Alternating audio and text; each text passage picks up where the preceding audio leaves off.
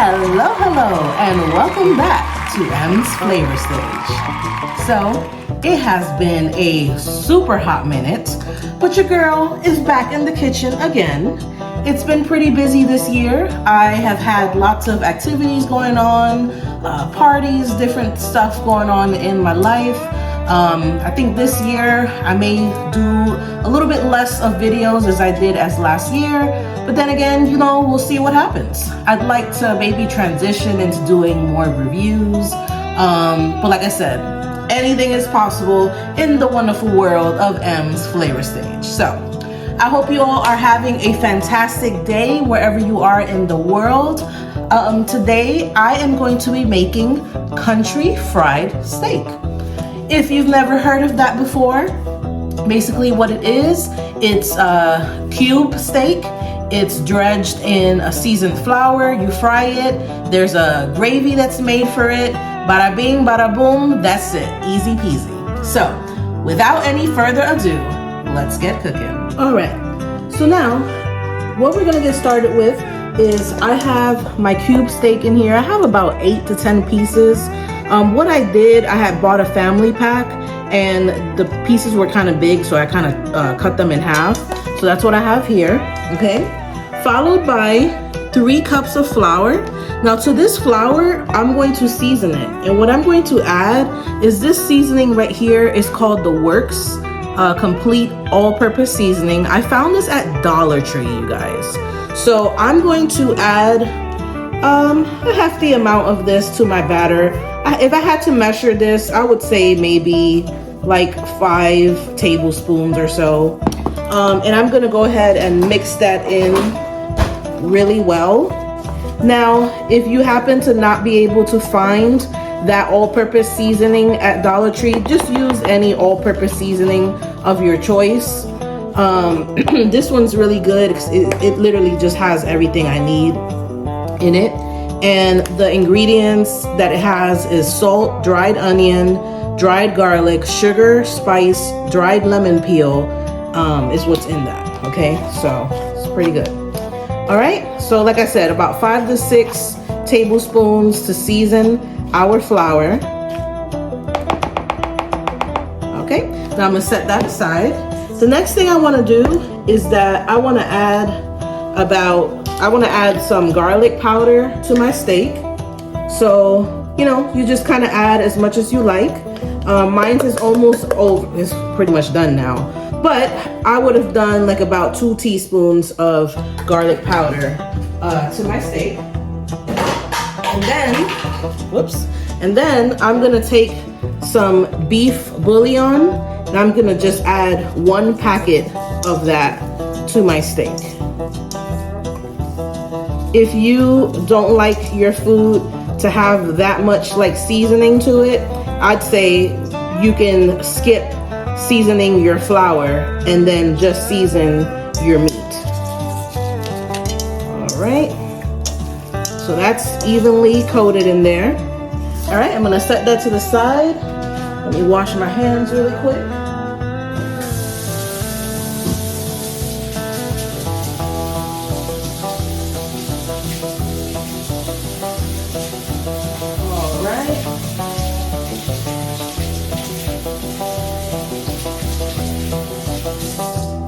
Okay, so now what I'm going to do is that I'm going to begin to dredge the steak, and behind me I actually have a pot with some potatoes. I think I had like about 8 potatoes or so. Those are going to be for mashed potatoes that I'm going to have as a side for this. All right, so okay, so now we're gonna dredge our steak, and basically what I have here is 4 eggs and 1.5 cups of milk. Okay, I'm going to show you how I'm dredging, then I'm gonna get ready to fry this. I know my kitchen is about to start smelling extra amazing. Now, if you want your steak to be extra crispy, see, this is the first coating of dredge. you can put that bad boy back into this egg mixture, okay? Dip it back in your flour and set it to the side. And you will have an extra crispy piece of country fried steak. All right, I'm gonna keep doing this. I'll be right back. We're gonna get this frying and we'll move on to our next step. Be right back.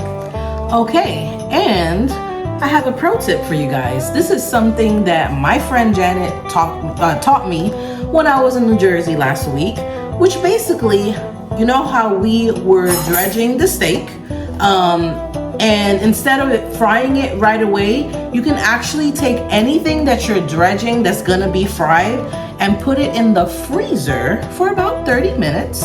And what that does is that it allows for the coating to stick on the meat. So when you get to frying, you know how when you start frying and then your batter starts falling off and it's like a whole big mess in your oil? Yeah. So your girl's gonna try that today. We're gonna see what happens after I have kept my steak in the freezer for 30 minutes. Let's see. Be right back and we'll figure out if this is legit. Be right back.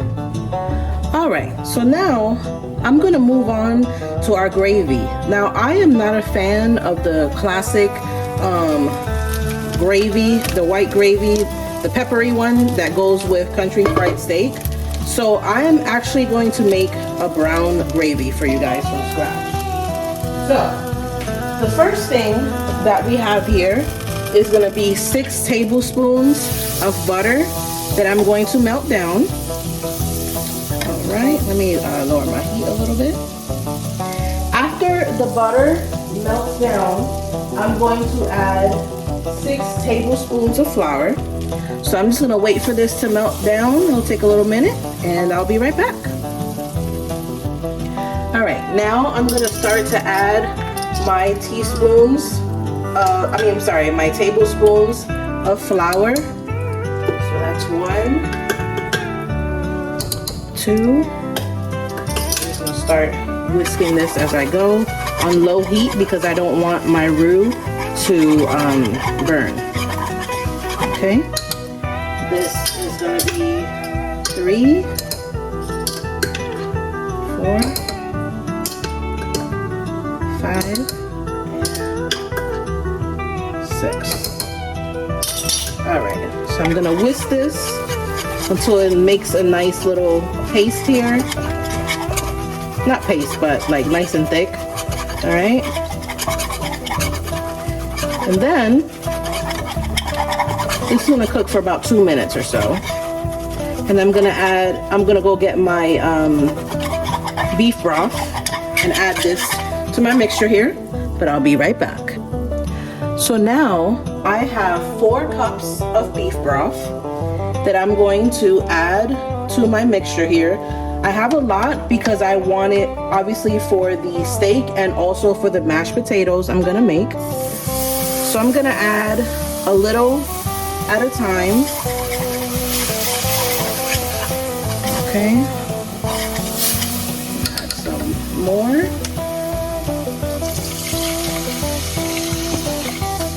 Okay, just whisk really well. Trying to avoid clumps. All right, and you'll see how beautifully this will come together once it's done. I'm just such a big fan of making my own gravy instead of store-bought. Of course, if you want to get store-bought to save you some time, go for it. All right, so that's the end of that there. I'm gonna let this come together and thicken. Now, what I'm going to do is I'm going to make my life easy. And I am just going to add some of this all-purpose seasoning that I use for my flour. All right. I'm going to go with about a tablespoon of this. It has all the seasonings I need. My pepper, my garlic powder, my onion powder is all in there. So I'm going to let this whisk together. And then I am going to use a little bit of this Gravy Master. You can get this at any grocery store. I'm only going to put like a pinch of this in here, just a tiny bit. Like, that's it. All right, and then I'll whisk this some more. This just adds depth to the flavor and it adds to the coloring of this. Okay, and then I'm gonna let this simmer a little bit. I just want to get a little taste, so let me go get my spoon.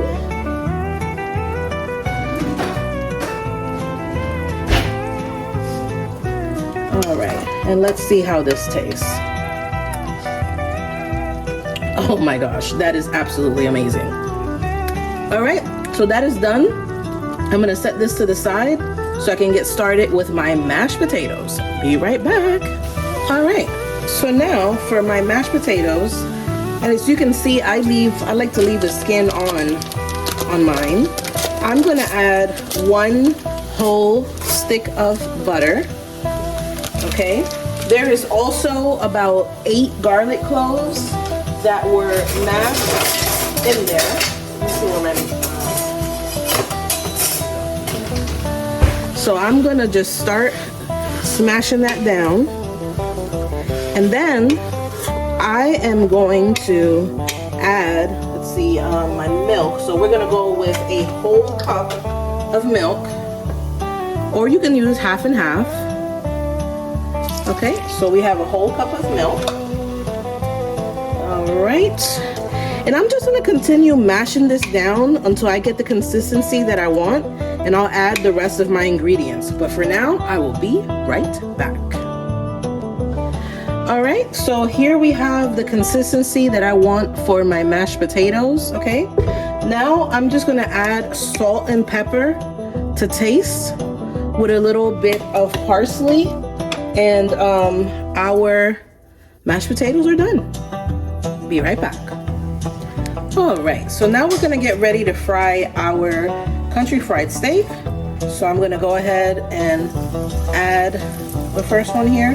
Now what I did is that I set a timer on my phone to remind me to take the steak out 5 minutes before the full 30 minutes, so that I could just let these sit down and cool off. Not sit down, but you know, sit on my counter and cool off before I put it in the oil, so that it wouldn't be like super cold. All right, so we're gonna let these cook on each side for about 3 to 5 minutes, and I'll be back to show you what it looks like. Be right back. All right, so I do want to show you that essentially none of the batter has came off the steak. So that freezing method, yeah, that's a good method to use moving forward, or anything that I'm doing that's put with batter. All right, ladies and gentlemen, so dinner is done. This is our beautiful plate that I'm working with right now. Look at that amazing looking mashed potatoes and gravy with our little pieces of country fried steak and the steamed broccoli. Now normally, when you go to a restaurant, you may have a big old piece of country fried steak. But like I said, because I cut these in half, I have 2 little pieces on my plate, okay? So now, let's do a taste test. I am just, again, so pleasantly surprised that none of the batter came off of the steak. I am super excited about that. So, taste test.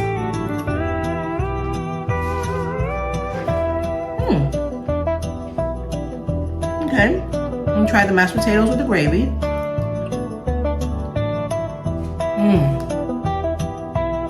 All right, and you know, broccoli is broccoli, but let's taste this.